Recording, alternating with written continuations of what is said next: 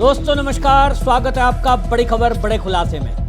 दोस्तों, ममता बनर्जी को supreme court से बड़ा झटका लगा है।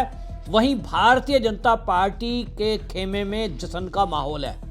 असल में बंगाल के 20 लाख सरकारी कर्मचारियों को ममता बनर्जी 2008 से लेकर 2019 तक का डीए, वो जो बढ़ोतरी हुई है, उसका बकाया दे ही नहीं रही थी। ममता बनर्जी का कहना था कि जो डीए है वो सरकार की मर्जी है, वो बढ़ाए या ना बढ़ाए, और बढ़ाए तो उसका एरियर दे या ना दे। लेकिन मामला सुप्रीम कोर्ट में तब पहुंचा जब मामला भारतीय जनता पार्टी के नेताओं तक पहुंचा। शुभेंदु अधिकारी, जो बंगाल में प्रमुख चेहरा हैं भारतीय जनता पार्टी के, उन्होंने बाकायदा इस मामले में जितने भी सरकारी कर्मचारी थे उनकी यूनियनों से मुलाकात करके उनसे दस्तावेज कलेक्ट किए, उनकी समस्याओं को सुना और उनको आश्वासन दिया कि उनकी लड़ाई हम जहां तक भी होगा लड़ेंगे। मामला क्योंकि राज्य सरकार का था, देना ममता बनर्जी सरकार को था, तो पहले धरने प्रदर्शन किए गए, लेकिन ममता बनर्जी टस से मत नहीं हुई और उस मामले को इग्नोर कर दिया। जो लोगों का अधिकार है 2008 से लेके 19 तक का जो बकाया था वो नहीं दिया गया। ममता बनर्जी की दलीलें हैं कि भाई खजाने में उस तरह के पैसे नहीं हैं और ये इनका अधिकार नहीं है, हमने बढ़ाया बस ठीक है, आगे से बढ़ा दिया, बकाया नहीं दिया। 2008 से लेके कोई भी डीए बढ़ा नहीं था। कर्मचारी लगातार सरकारी कर्मचारी मांग कर रहे थे। 2019 में बढ़ा हुआ डीए तो दिया, लेकिन पिछला एरियर नहीं दिया था। और यही बात को लेकर शुभेंदु अधिकारी सीधे सुप्रीम कोर्ट पहुंचे और सुप्रीम कोर्ट में पहुंचने के बाद यह उम्मीद जताई जा रही थी कि उनके साथ अब न्याय होगा, और ऐसा ही हुआ। आपको बताएं कि अब ऐसा ही हुआ क्योंकि भारतीय जनता पार्टी, अब देखिए, आम जो कर्मचारी होता है वो कर्मचारी वो सुप्रीम कोर्ट तक नहीं पहुंच सकता। हर आदमी की वहां तक पहुंच नहीं है, लाखों में वकीलों की फीस होती है। और बंगाल में जो सरकारी कर्मचारी हैं वो इस समय अब बहुत, एक तरह से कहूं तो, जूझ रहे हैं मामले में। अब इस मामले को लेकर के जब आदेश आ गया और कोर्ट ने सीधा सीधा आदेश देते हुए ये कहा कि ये सरकारी कर्मचारियों का हक है, आपको ये देना ही पड़ेगा। सुप्रीम कोर्ट में जस्टिस संजय करोल ने अपने फैसले में कहा कि जो महंगाई भत्ता है ये परिवर्तनशील है, ये हमेशा चेंज होता रहता है। महंगाई भत्ता समय के अनुसार, और बल्कि केंद्रीय कर्मचारियों का तो साल में 2 बार ये बढ़ाया जाता है। डीए का भुगतान ये ASIPI इसके अनुसार होना चाहिए। अदालत ने कहा कि डीए का भुगतान 2 बार नहीं किया जा सकता। उन्होंने कहा कि श्रमिकों के डीए की मांग कानूनी रूप से वैध है और इसलिए डीए में देरी नहीं होनी चाहिए। सुप्रीम कोर्ट ने यह भी आदेश कर दिया कि डीए का जो भुगतान है वो रोपा नियम और AICPI के अनुसार होगा। डीए का भुगतान अवश्य होगा और उसके लिए डेडलाइन भी रख दी। सुप्रीम कोर्ट ने कहा कि 6 मार्च तक आप 25% जो डीए बनता है कर्मचारियों का, 25% तो तुरंत दीजिए 6 मार्च से पहले, और उसके बाद 75% जो बकाया है उसको 3 या 4 किस्तों में उसको दीजिए। इस आदेश के बाद ममता बनर्जी के होश उड़ गए, क्योंकि उनको लग रहा था कि सरकारी कर्मचारी जिस तरह से विरोध में हो रहे हैं उनको कोई 1 रुपया नहीं दूं। उनको लग रहा था कि अचानक से अपनी तरफ से कोई बढ़ोतरी की घोषणा कर देंगे तो उनकी वोट उन्हें मिल जाएगी। लेकिन इस मामले में भारतीय जनता पार्टी ने बाजी मार ली है। शुभेंदु अधिकारी लगातार इस लड़ाई को लड़ रहे थे और शुभेंदु अधिकारी की इस लड़ाई को वो जो कर्मचारी हैं वो देख भी रहे थे कि जमीन से लेकर कोर्ट तक उनके साथ यदि कोई खड़ा है वो भारतीय जनता पार्टी खड़ी है। और इसलिए अब इस मामले में सीधा ये समझ लीजिए कि 20 लाख जो कर्मचारी हैं, ये 20 लाख खाली कर्मचारी नहीं है, ये परिवार हैं। 20 लाख परिवार। अब 20 लाख को अगर आप सीधा सीधा 4 से गुना कर देंगे तो ये 80 लाख लोग हो जाते हैं। ये 80 लाख वोट है। भारतीय जनता पार्टी को ये वोट जाने वाला है।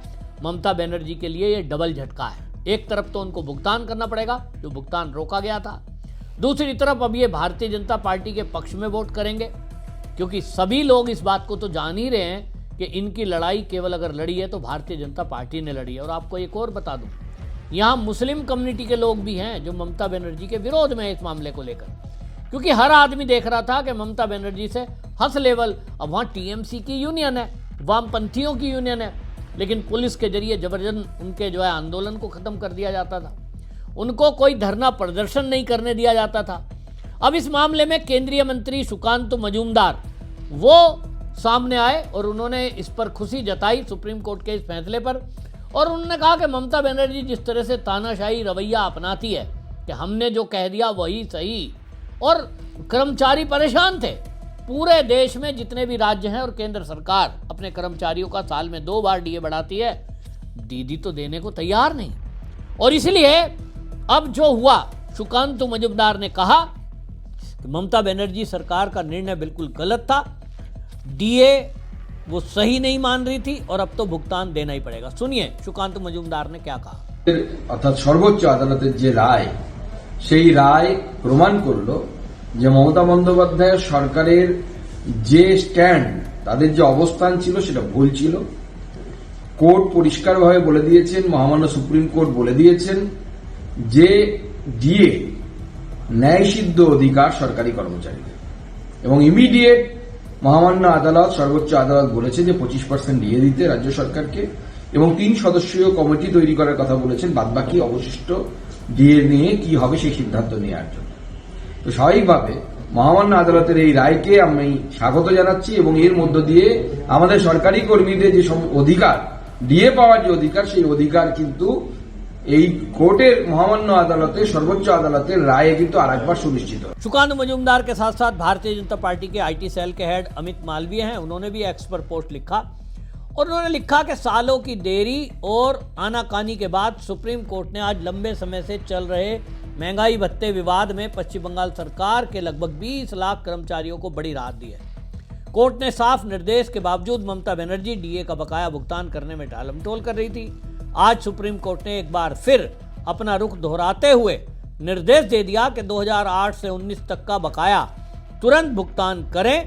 6 मार्च की डेडलाइन दी है और यह फैसला राज्य सरकार के अपने ही कर्मचारियों के प्रति उदासीनता को उजागर करता है और न्याय और जवाबदेही के लिए एक बड़ी जीत है। यह बीजेपी बंगाल के लिए बहुत बड़ी जीत है, जो हर कदम पर राज्य सरकार के कर्मचारियों के साथ मजबूती से खड़ी रही और लगातार श्रमिकों के लिए निष्पक्षता और सम्मान की आवाज उठाती रही। अमित मालवीय ने जो एक्स पर लिखा है वो मैंने आपको बता ही दिया कि ये लड़ाई और कोई लड़ ही नहीं रहा था, क्योंकि ममता बनर्जी के विरुद्ध बोलने की बंगाल में किसी की हिम्मत नहीं है, बोलने नहीं देती, उल्टे सीधे केस लग जाते हैं। पुलिस जो है, अगर आप आंदोलन करेंगे, धरना प्रदर्शन भी अगर शांतिपूर्वक करोगे तो आपके ऊपर कुछ ना कुछ केस लगा देंगे और केस लगा के आपको जेल में बंद कर देंगे जब तक कि आप कंप्रोमाइज नहीं कर लोगे। इस मामले में शुभेंदु अधिकारी जो मेन हीरो है इस लड़ाई के, उन्होंने इस आवाज को कर्मचारी की उठाया। वो बाकायदा कर्मचारियों ने उनको घेर लिया और उन्होंने जय जयकार किया कि भाई बहुत बड़ी जीत है। हरिलो हरिलो हरिलो हरिलो हरिलो कर्मचारी ঐক্য जिंदाबाद, कर्मचारी ঐক্য जिंदाबाद, ঐক্য जिंदाबाद, पेंशनर्स ঐক্য जिंदाबाद, हरिलो हरिलो हरिलो हरिलो हरिलो हरिलो।